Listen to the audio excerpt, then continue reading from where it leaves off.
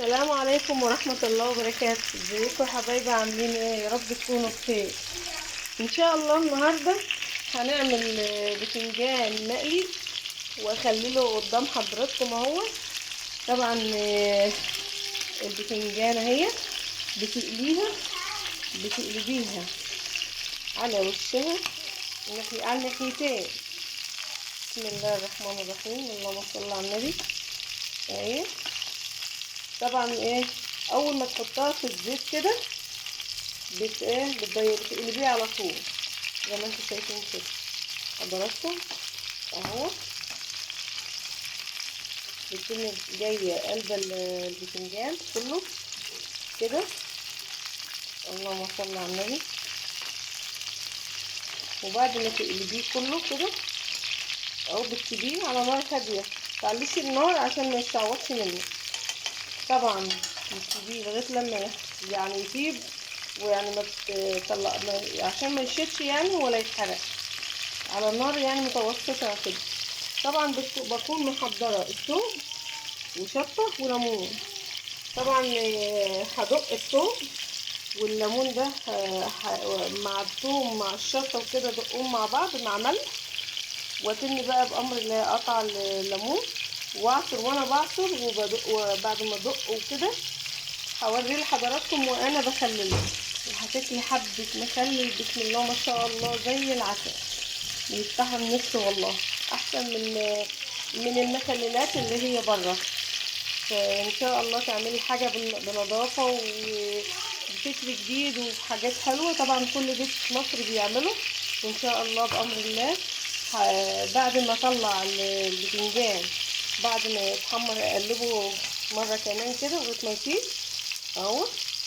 هخلص الكميه دي كلها واتني جايه ان شاء الله بامر الله. هرجع لكم يا حبايبي بامر الله.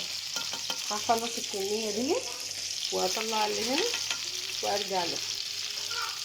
رجعت لكم تاني يا حبايبي. طبعا انا خلصت الكميه دي كلها، قليته كله، والدقه اهي بالشطه بالثوم والليمون اهو. عصرت شويه ليمون وليمون كمان، وحتى لو احتاجنا شويه دقه في الصلايه برضه اهو. طبعا هنحط اللهم صل على النبي الليمون اللي احنا عاملينه اهو. طبعا بسم الله. طلع البس على جنب اهو. بسم الله. طبعا بسم الله الرحمن الرحيم. بتاخدي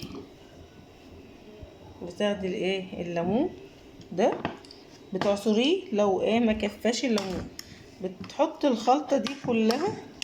طبعا انت عصرت شوية ليمون حلوين كده، بيحمر قلب المخلل وبيخليه جميل جدا. بسم الله ما شاء الله. هتشوفوه دلوقتي. شطب ليمون، شطب ليمون شطب ليمون والثوم اهو حضراتكم والملح. طبعا احنا عملناه، خلصته وقلبته اهو. بسم الله توكلنا على الله. طبعا بجيب معلش انا اسفه بصور بايد وبايد واحده بخلي. طبعا انا هوري حضراتكم. بسم الله. لو المخلل اهو البتنجان بسم الله ما شاء الله اهو. طبعا يعني بتخلليه ولا تمليه ولا غيره عشان خاطر بحيث ان هو ما يبقاش حراق اهو. بسم الله الرحمن الرحيم.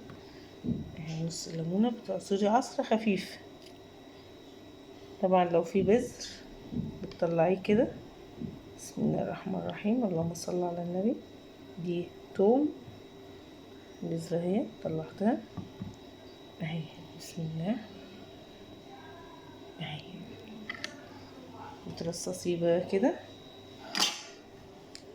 هجيب واحدة تانية كمان اهي. بسم الله اهو. طبعا بتحطي الدقة بالثوم اهو، الثوم اهو والدقة والشطة. بسم الله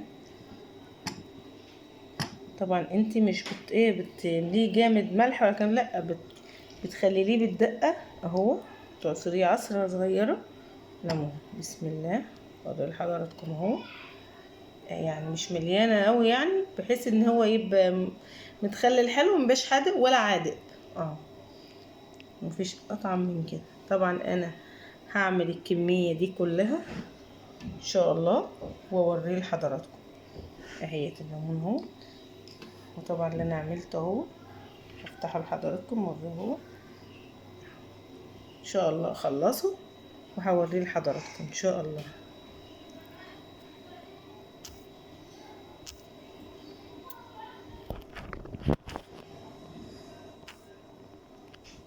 ورجعت لكم يا حبايبي. طبعا خلصنا الكمية اهي وخللته، ومفيش احلى من كده والله. بسم الله ما شاء الله، يفتح نفسك على الاكل، وبتعمليه بنظافة في بيتك، وبتعمليه بحاجات في قلب بيتك، حاجات بسيطة. وبعدين بتحطي له الثوم والدقة الشطة وبتحطي له الملح وكده، وبيبقى جميل جدا. بسم الله ما شاء الله. طبعا فيه بيحطوا خضرة وكلام من ده، فاحنا حطينا ديكورات كده حاجات بسيطة. طبعا مفيش احلى من كده. بسم الله ما شاء الله اهو. خلي الكل اهو. طبعا ما بيغيب شوية بياكل ملح وبيحلو اكتر من كده. بسم الله ما شاء الله. تاكليه يعني بألف هنا وشفا. وما تنسوش تشتركوا لي في القناة وتفعلوا لي زر الجرس عشان يوصلكوا كل جديد. والسلام عليكم ورحمة الله وبركاته. السلام عليكم. لا تنسوا الاعجاب بالفيديو والاشتراك في القناة تشجيعا لنا لنستمر بنشر المزيد إن شاء الله.